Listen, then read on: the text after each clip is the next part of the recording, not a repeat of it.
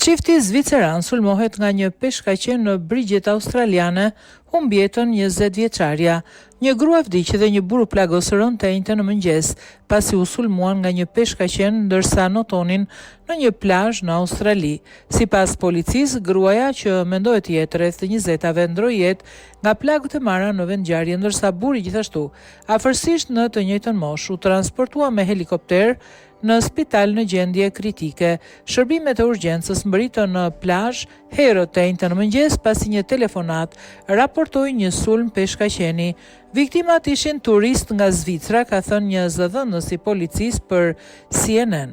Autoritetet ja atribuan një antarit publikut reagimin e tyre të shpejt, duke ofruar ndihmën e parë burrit të plagosur përpara se të mbërrinin ndihmësit mjekësor, gjë që ata thanë se ka të ngjarë t'i shpëtonte jetën. Guximi i disa njerëzve në kohë si këto është vërtet i admirueshëm, u tha gazetarëve shefi i shërbimit të ambulancës së Walesit të Riugor, Joe Smith. Të dalësh në këtë situatë është heroike dhe na dha kohë të shkonim tek burri plagosur, shtoi ai. Plazhi u mbyll menjëherë ndërsa autoritetet filluan të instalonin kurthe inteligjente të cilat tërheqin peshkaqen me grepa të vendosur në mënyrë që ata të mund të etiketohen dhe të lirohen përsëri. Organizata e shpëtimit të jetës së surfistëve njoftoi se plazhet përreth do të mbeteshin gjithashtu të mbyllura për 24 orë me dron që monitorojnë situatën.